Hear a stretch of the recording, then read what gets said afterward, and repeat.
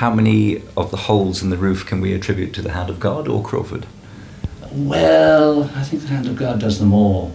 The hand of Crawford occasionally tries to patch them, but the hand of God is faster than the hand of Crawford. No, it wasn't a place where people could be precious at all. Any actors who came who were at all precious got very short shrift. I think there's something about the King's Head. There's a buzz, there's a sort of an awkward untidiness, which is wonderful in this rather uniform age that we live in. I like its sort of vulgarity and its improvisatory feel. I even like its uncomfortable seats and its terrible food, because there's a sort of spirit here, and of course that does come from Dan. I've always thought somehow the King's Head is a place where I will find, in a way, a sanctuary. It's not maybe the best theatre. It's a bit tacky, it's grubby, it has all the the smell of a kind of the night after. It's got the beer smell and it's got the BO smell and it stinks. But it has a kind of incredible honesty. Final rehearsals for Women Laughing.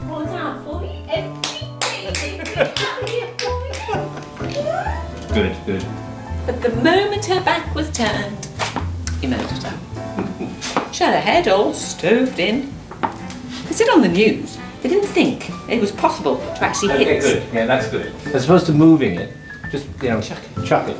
I know you don't like demonstrating, Dan, but please come on, do it. That's too little. Go on, I want to see. Do you have a good choreographer? You do that. And the spirit of Dan is in this whole building, and the whole joy of being here really was to be supported by Dan. And so it's quite a nice space. It's not a marvellous space, but it's the fact that Dan's a great enabler and a great encourager and a great enthusiast in a very British sort of a way, even though he's not British. And so I always was very encouraged, because at the beginning of my career I met with a lot of negativity. People say, you will never be a stand-up comedian, you don't write very good songs. And Dan was always going, no, it's good, it's fine, it's great, it'll be all right. And we just we rode on that wave of Dan's enthusiasm, really. We were doing the Erpingham Camp, which is a play by Joe Orton. The body's brought on and hallelujahs are said round it. Now, no one, and myself particularly, had noticed that the gap wasn't big enough to get a whole body onto the stage. And this was the technical rehearsal, which comes just before the dress rehearsal, when you've got so little time to get things ready. And every director will recognise this conundrum. What do you do? So you call a diplomatic coffee break. Say, right, 20 minutes coffee, everyone. And you sit down and think, right, now, do I rewrite it? Do I cut the ending? Do I cut my throat? What do I do? Dan was aware of the dilemma. And when I came back from coffee, I found he had smashed the wall down. It was quite extraordinary. Such exuberance, such passion. It's hard not to love someone like that. I wonder if Dan would forgive me for describing him as a rogue. I think it's a sort of honest description. I think it's the sort of word he might use for himself. A kind of upfront producer who will do anything necessary to get something on.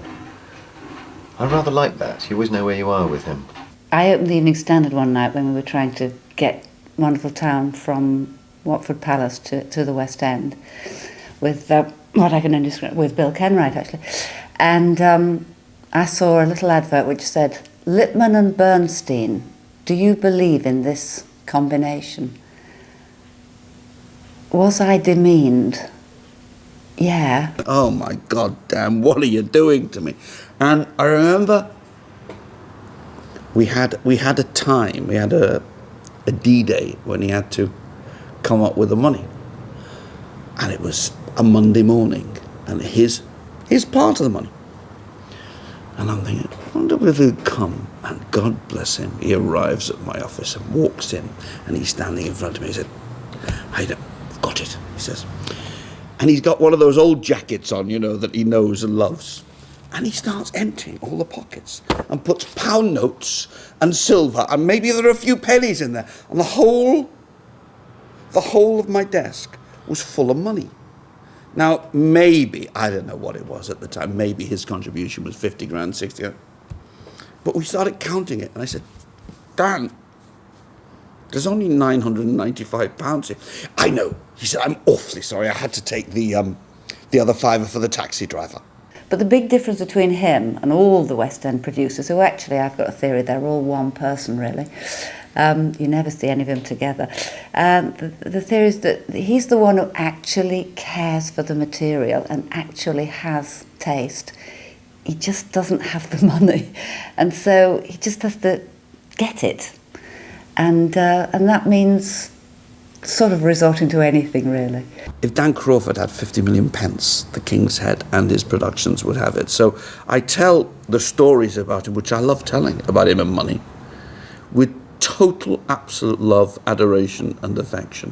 One of Dan's qualities is that however much trouble he gets into, he miraculously always seems to get out of it. Roof collapsed after a couple of weeks and Dan's up there working. And some nuns came in with a collection box, wanting some money off him. Good afternoon, dear. Hello. We are the Little Sisters of the Poor and we're collecting for our old people's home. If you could spare a donation, please, dear. Dan finished up getting a few quid off the nuns for his roof. That's Dan. I do like discoveries of all sorts, and I love style. And I think that this car is enormously stylish, and I like to do stylish work. I mean, the works of Vivian Ellis are very stylish. I mean, the musicals we've done are very stylish. I think style is, for me, essential to presentation. Obviously, so is content. Content's very important. But it's all a treasure hunt. Whether you're treasure hunting in the present, in other words, casting. Now, in a casting session, which can go on for days and days and days, to find 1-2 roles, when the right person is found, it's like discovering treasure. It's like discovering gold. It's something very, very special. The same thing happens with finding an old play, finding a new play. It doesn't really matter where it comes from, just so long as it's a treasure. We are opening the house at the moment. Ticket holders T1 to T5, please. If you can come through, have your tickets ready, thank you. Opening night for Women Laughing.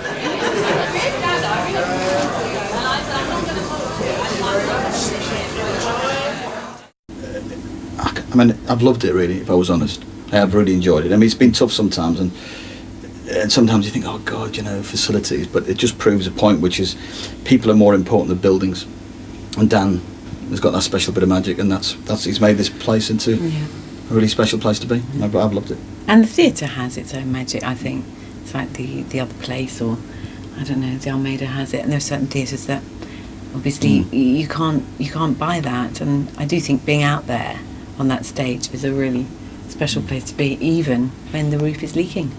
What's that? Which it has Yeah. done. Yeah. Shh. It's all right. Shh. Shh. Shh. It's all right. It's all right.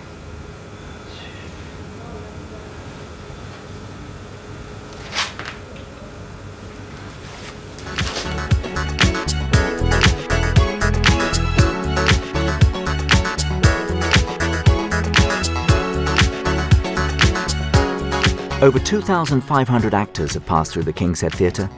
There have been over 35 West End transfers, countless awards, transfers to Broadway, national tours and now to film. The King's Head trains 6 to 10 young theatre directors a year, the largest, most successful programme of its kind in England. Despite this track record, in the late 1990s, the King's Head lost its grant of just £70,000 a year. This figure is approximately 1/10 of the funding of similar London theatres. You're joking, I didn't know that. They have no grant at all. That is a complete disgrace. I think when the funding was snatched away from the theatre it was one of the most appalling disgraces. It's a national disgrace that this venue isn't funded. It was funded for quite some time, on a very small way, but it meant that we could actually afford to have an artistic policy of our own choosing. When it had its tiny grant of 70 grand a year, it gave it back to the Exchequer several times over because there was at least one West End transfer a year. I find it really reprehensible that no funding body has thought of the historical implications of such a theatre and the need to support it tactfully minimally maybe, but to support it, and to support it flexibly enough so that it can do from time to time, as it has done, some astonishingly ambitious things. We in the English theatre, who work in the most widely spoken and understood language in the world, together with America, we have, I suppose, the richest dramatic and literary heritage in the world. Why the bloody hell don't we invest in it? Tony Blair doesn't give a two hoots about the arts anyway. You know. He's an air guitarist. So you wouldn't look to him. There again, I think it's maybe a little bit unrealistic to be... Most politicians don't care about the arts. The arts are about questioning things and asking awkward questions, and that's the last thing they're interested in at all. I mean, what's a guy got to do? I mean, we all know that the subsidised theatre around the country produces some excellent work. I can tell you that it also produces some really quite boring work, which is heavily subsidised. I'm not saying everything that Dan does is excellent. An awful lot of it, I think, is very good. And I really feel that when he fails in the way that subsidy is supposed to enable you to fail, i.e. you try something difficult or different and perhaps it doesn't completely come off. That's what subsidy is supposed to be about. But more often than that, he succeeds. And yet this extraordinary contradiction, I feel that the authorities are down on him. Why? Why? I mean, what does he have to do? I mean, how extraordinary does he have to be? I mean, how many good things does he have to sort of put on the stage? How many good things does he have to send into the West End? What sort of person does he have to be? I mean, to me, it's preposterous and it's absurd, and it's a big judgment on the funding bodies that he doesn't get a hell of a lot more money. The work speaks for itself. The space speaks for itself, and it's been working for 33, 35 years. How many years it's been? And this is, it's a control issue that's ridiculous, and they should just give it up and give him what he needs so that he can continue to do this beautiful work.